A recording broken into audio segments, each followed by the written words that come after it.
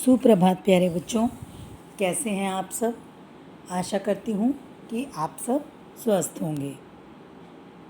बच्चों, पिछली वीडियो में हमने अपना पाठ संज्ञा, जिसको इंग्लिश में नाउन कहते हैं, पढ़ा था। ठीक है बच्चों, उसके बारे में हमने संज्ञा किसे कहते हैं, संज्ञा के कितने भेद होते हैं, यहाँ तक पढ़ा था और समझा था। आज हम एक बार फिर भी थोड़ा सा और समझ लेते हैं कि संज्ञा किसे कहते हैं। बच्चों, किसी भी वस्तु, व्यक्ति, स्थान, प्राणी या भाव के नाम को हम संज्ञा कहते हैं।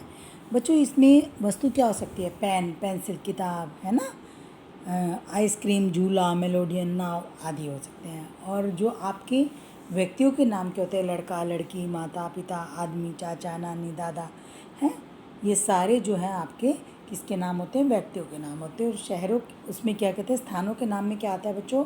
मेला हो गया, शहर हो गया, स्कूल हो गया, कलकत्ता, मुंबई वगैरह। और जो भाव होते हैं, बुढ़ापा, आनंद, खटास, मिठास, कुछ इस तरह के जो वर्ड्स होते हैं जो हमारे मन के भाव एक्सप्रेस करते हैं, उन्हें हम क्या कहते हैं? भाववाचक। ठीक है, तो स्टार्ट करते हैं बच्चों। अब हम संज्ञा के 3 भेद। संज्ञा के 3 भेद कौन कौन से थे बच्चों? संज्ञा के 3 भेद व्यक्तिवाचक, जातिवाचक और भाववाचक हैं। तो आज हम पढ़ेंगे अपने पहले भेद व्यक्तिवाचक के बारे में, कि व्यक्तिवाचक संज्ञा किसे कहते हैं। बच्चों ध्यान दें, व्यक्तिवाचक संज्ञा जिस शब्द से किसी विशेष व्यक्ति, वस्तु या स्थान के नाम का बोध होता है, ठीक है, उसे क्या कहते हैं?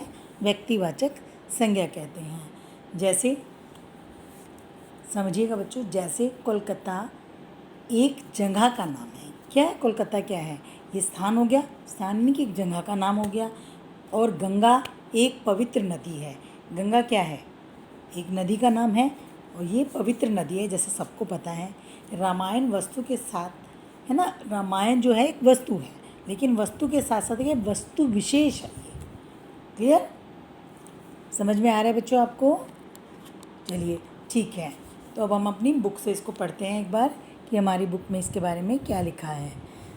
जिस शब्द से, ध्यान दें मेरे शब्दों पे, जिस शब्द से किसी विशेष व्यक्ति, स्थान या वस्तु का बोध हो, उसे व्यक्तिवाचक संज्ञा कहते हैं। जैसे मैंने अभी आपको एग्जाम्पल बताया था, गंगा, कोलकाता, मदर टेरेसा आदि। ये सभी शब्द बच्चों क्या है? एक विशेष नदी, विशेष शहर और एक विशेष, यानी कि महिला, किसी एक औरत के बारे में प्रयोग किए गए हैं। मदर टेरेसा जो क्या है?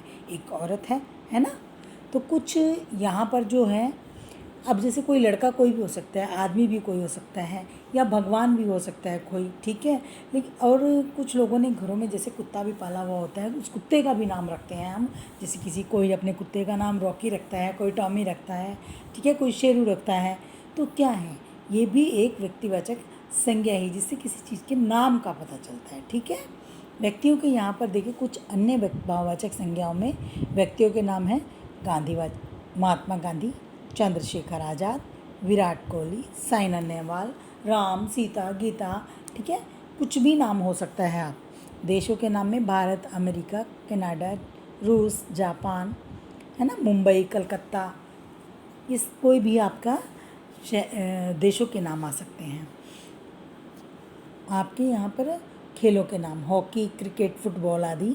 पुस्तकों के नाम में क्या दिए हुए हैं बच्चों? रामायण, महाभारत, जिससे कुरान भी हो सकती है, बाइबल भी हो सकती है, गीता भी हो सकती है, ठीक है। त्योहारों के नाम में है, तो ये हमारी पुस्तकों के नाम थे। त्योहारों के नाम है होली, दिवाली, ओणम, क्रिसमस, गुरु पर्व, ईद आदि।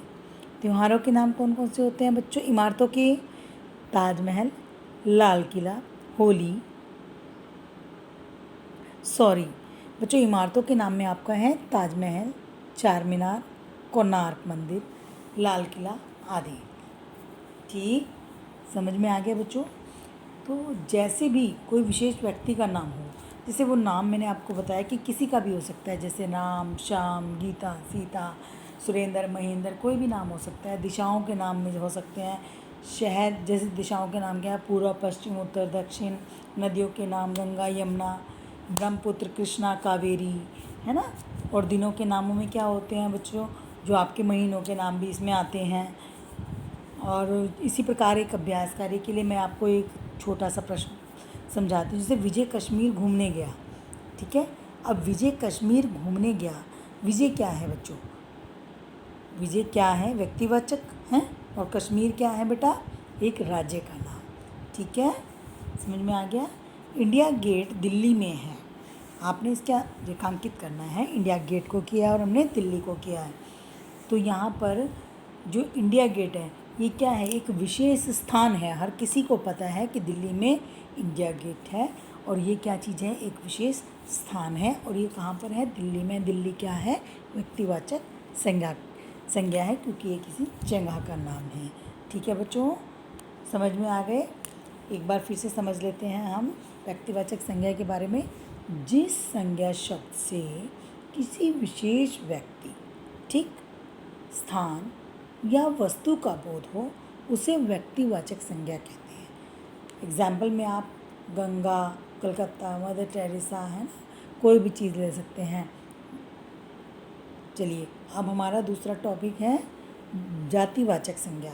बच्चों जातिवाचक संज्ञा किसे कहते हैं? जातिवाचक संज्ञा ऐसा है कि जैसा कि आपको नाम से ही, है ना, नाम से ही पता चल जाता है कि किसी की पूरी जाति के बारे में बताया जा रहा है, तो उसे क्या कहते हैं?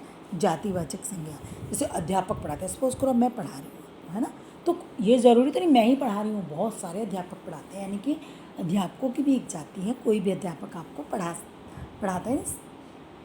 और इसी प्रकार क्या है, जैसे गाय दूध देती है, कोई एक गाय थोड़ी दूध देती है, बहुत सारी गायें दूध देती हैं, और सभी गायें दूध देती हैं। ठीक है, जिन शब्दों से किसी व्यक्ति, वस्तु अथवा स्थान की क्या होता है बेटा? संपूर्ण जाति का बोध होता है, उसकी पूरी जाति के बारे में पता चलता है, उसे जातिवाचक संज्ञा कहते हैं। ठीक है, तो चलिए अब थोड़ा सा हम अपनी बुक से पढ़ते हैं। जैसे उदाहरण के लिए नदी संज्ञा शब्द है। यहाँ नदी कोई भी हो सकती है, कोई पर्टिकुलर नदी का नाम नहीं है कि ये गंगा है या यमुना है, कावेरी है, नहीं, ऐसा नहीं है। ठीक है, आइए समझते हैं। लड़का खेल रहा है। अब लड़का क्या है यहाँ? ठीक है, लड़का खेल रहा है। अब ये लड़का कोई भी हो सकता है बेटा। हमने पुस्तक पढ़ी, हमने पुस्तक का कोई भी हो सकता है, ज़रूरी नहीं है कि हमने एक ही पुस्तक पढ़ी है। पक्षी उड़ रहे हैं। हमारा शहर बहुत छोटा है। तो देखिए इन वाक्यों में आए रंगीन शब्द किसी विशेष व्यक्ति, वस्तु, प्राणी, स्थान या बोध ना कराकर पूरी जाति का वर्णन, यानी किसी एक लड़के के बारे में नहीं बताया, किसी एक पुस्तक के बारे में नहीं बताया है, और किसी एक शहर के बारे में नहीं, कोई एक पर्टिकुलर पक्षी के बारे में भी उन्होंने यहाँ पर बात नहीं की है। ठीक है बेटा, समझ में आ रहा है ना आपको? तो ये क्या है? पूरी जाति का बोध करा रहे हैं। तो ये सभी क्या हुई? जातिवाचक संज्ञाएं हुई, क्योंकि ये शब्द पूरे वर्ग या जाति के लिए ही प्रयोग किए जाते हैं, ना कि किसी एक के लिए प्रयोग किए जाते हैं। ठीक है, चलिए अब हम क्या करेंगे, अपना तीसरा पढ़ेंगे, भाववाचक संज्ञा किसे कहते हैं। बच्चों भाववाचक बहुत ही अच्छा है। देखो ये जैसे कि नाम से ही पता चलता है किसी के गुण दोष यानी अवस्था के बारे में पता चलता है कि क्या है, किस चीज़ के बारे में हम फीलिंग करते हैं जब हमें उस चीज़ के बारे में महसूस होता है। ठीक है, जैसे देखो जो शब्द मन के भाव, जो हमारे मन के अंदर भाव चल रहे हैं, किसी वस्तु, व्यक्ति या स्थान के गुण, दोष अथवा अवस्था के बारे में बताते हैं, उन्हें क्या कहते हैं? भाववाचक संज्ञा कहते हैं। जैसे बचपन, ऊंचाई, हंसी, दया आदि। अब देखो बेटा आपके सामने एग्जाम्पल है, आम में मिठास है। आम क्या है ना, ये मिठास क्या है कि मिठास के अच्छे गुण दोष है ना, इससे इसका गुण दोष का पता चलता है कि किस चीज़ का पता चलता है कि आम कैसा है, खट्टा है, मीठा है, अच्छा है ना, स्वाद है या बेकार है।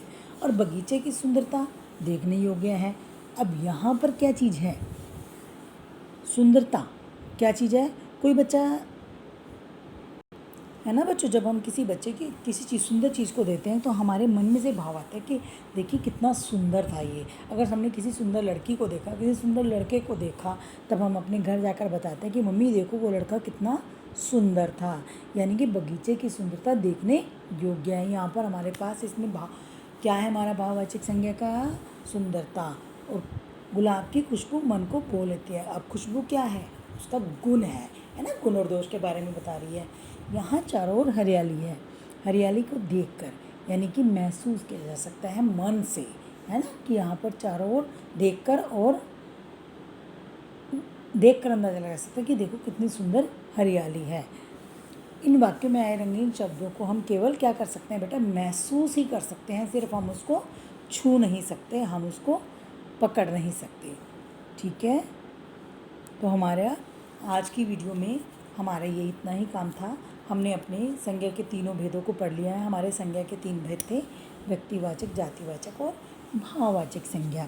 तो बच्चों, अपनी अगली कक्षा में हम क्या पढ़ेंगे, अपनी अगली कक्षा में हम पढ़ेंगे भाववाचक संज्ञाएं बनाना, उसकी प्रश्न उत्तर और उससे संबंधित जो अभ्यास कार्य है हमारा। तो अगली वीडियो में हमारा ये पाठ समाप्त हो जाएगा। ठीक है, आशा करती हूँ कि आपको समझ में आ गया होगा। बच्चों, आपका दिन शुभ रहे। धन्यवाद। आप स्वस्थ रहें।